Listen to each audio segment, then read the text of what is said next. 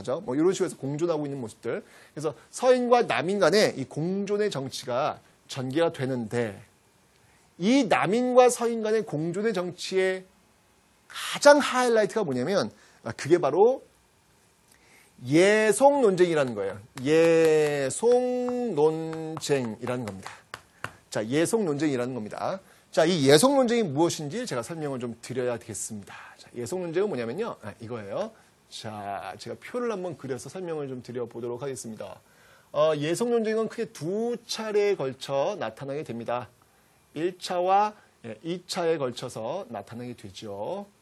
자, 여기 이 논쟁에 대해서 이 서인들과 이 남인들이 어떻게 반응을 하는지 한번 보시면 돼요. 자, 이게 1차 예송이고 이게 2차 예송입니다. 1차 예송. 자, 뭔지 설명을 드릴게요. 말 그대로 여러분들 이 예법과 관련된 거예요. 예법. 예법과 관련된 겁니다. 문제의 출발은 뭐냐면 인조비입니다. 인조비. 인조비. 인조비가 있었는데 인조의 계비예요. 계비가 있었는데 이게 부인이란 말이에요. 부인인데 인조가 나이가 참 많았는데 참 어린 부인을 이렇게 들이죠. 들이면서 여기서 문제가 발생하는 거예요. 자, 이 예속 논쟁이 전개되는 요 시점은 언제였냐면 현종시기입니다. 현종시기. 현종시기인데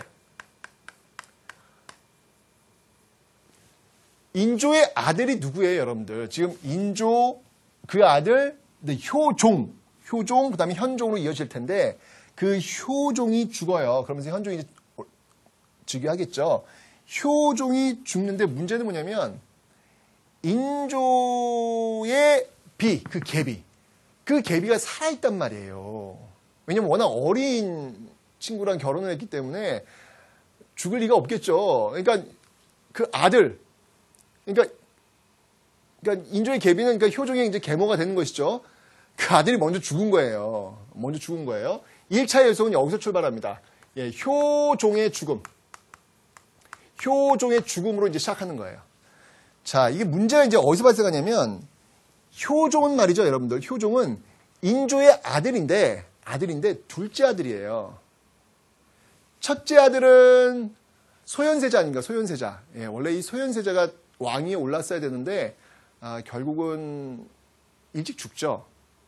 소현세자하고 효종이 원래 복림대군인데 소현세자하고 복림대군이 끌려가요. 왜냐하면 병자호란에서 치욕적인 항복을 당하면서 이 왕세자들이 이제 끌려가는 겁니다. 끌려가서 그 청나라에서 이 소현세자하고 복림대군이 그 청나라 돌아가는 모습을 봐요. 그런데 반응이 다릅니다. 소현세자는 말이죠. 이제 곧 장차 이제 왕위에 오를 이 소현세 첫째니까 청나라가 지금 너무나도 발전하고 있는 거예요. 뭐야? 이렇게 발전한 거야? 오랑캐 아니네, 이들. 이렇게 발전했어. 그렇다면 우리도 빨리 이런 외국의 문물들을 받아들여서 우리도 변해야 되겠다. 라고 작심을 하고 이 소현세자는 돌아옵니다. 만약에 인조의 뒤를 이 소현세자가 이었더라면 역사에서 if, 만약에 라고 하는 건 사실은 의미가 없거든요. 역사학에서는 다루지 않습니다. 근데 재밌잖아요. 이제 만약 진짜 이 소현세자가 그 왕위를 계속 이었더라면 그 뒤에 정치 어떻게 변했을까요? 우리의 역사는요. 빠르게 서구화될 수 있는, 근대화될 수 있는 그런 자생적인 어떤 그 길이 열리지 않았을까라는 그런 기대감을 가져보게 됩니다. 그런데 그 소현세자가 인조는 마음에 안 들어요. 인조는. 아버지가 그 남한산에서 치욕적인 항복을 당했는데 이 아들내미가 돌아와가지고 고작 한다는 것이 청나라 오랑캐 문물을 받아들여 이런 나쁜 이렇게 하고 있는 어떤 그런 상황에서 이제 소현세자 죽는다고요. 그래서 이제 소현세자에 대한 어떤 독살서도 있고 그래요. 마음에 안 들었기 때문에. 어쨌건 그래가지고 이 효종 둘째가 왕위에 올랐단 말이에요. 둘째가 왕위에 올랐는데 중요한 건 뭐냐면 이 효종은 장남이 아니라는 거죠. 자, 그러면 이게 어떻게 되냐면 장남 이때 이제 문제는 뭐냐면 이 인조 계비, 이 인조의 계비의 상복을 얼마 동안 입느냐, 상복 기간, 이게 쟁점이에요. 인조의 계비가 상복을 얼마 동안 입어야 되냐, 이게 쟁점이란 말이에요. 그런데 서인 측에서는요, 지금 정권을 장악하고 있는 서인 측에서 뭐냐면, 효종은 장남이 아니라는 거예요. 사대부의 예법에 의하면, 장남이 아닌 둘째인 경우가 죽었을 때 그의 어머니는 상복을 1년 동안 입는다. 이렇게 나와 있습니다. 그러니까 사실 예법에 의하면 서인이 말이 맞아요. 근데 남인 측은 뭐라고 얘기하냐면, 아니 왕이 어찌 사대부랑 똑같냐. 왕은 비록 둘째라 하더라도 적장자의 예우를 해줘야 한다. 첫째의 예우를 해줘야 한다. 나라의 어른인데 어찌 사대부의 예법과 동일시 할 수 있겠느냐. 있을 수 없다.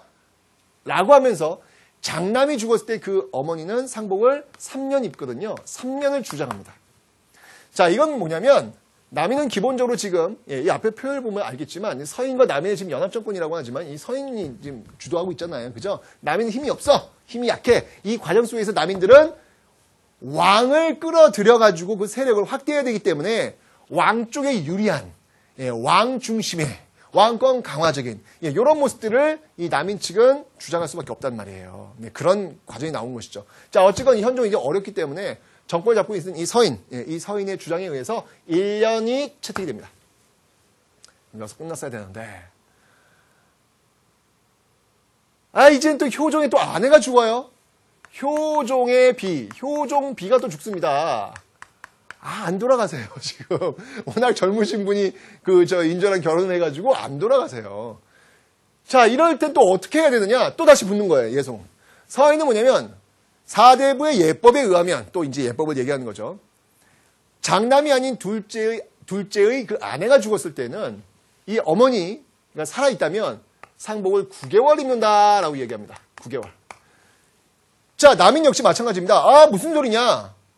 정말 너무한 거 아니냐? 왕이 어찌 사대부 예법에 따를 수 있느냐? 장남의 예우에 준해야 된다. 라고 하면서 1년을 주장합니다. 자, 이때쯤 되면요, 여러분들 현종이 좀 커요. 현종이 크면서 이렇게 보는 거예요. 1차 때는 뭐 정신이 없으니까 서인 워낙 정권을 쥐고 있으니까 그렇다 치고, 이 2차 때 와서도 또 이 서인이 9개월을 주장하니까 현종이 괘씸한 거예요. 뭐야 저것들 하면서 이건 뭐 하는 거야 지금? 나 이 왕을 맹멸하는 거 아니야? 남인이 말이 맞는 것 같은데 왕이 지금 니네들 사대부와 똑같단 말이야? 이런 어떤 그런 기분이 들겠죠. 이러면서 현종이 2차 예송에서는 이 남인 손을 들어줍니다. 이러면서 정권이 남인 쪽으로 넘어오는 거예요.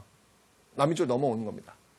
자, 여러분들 좀 황당하죠?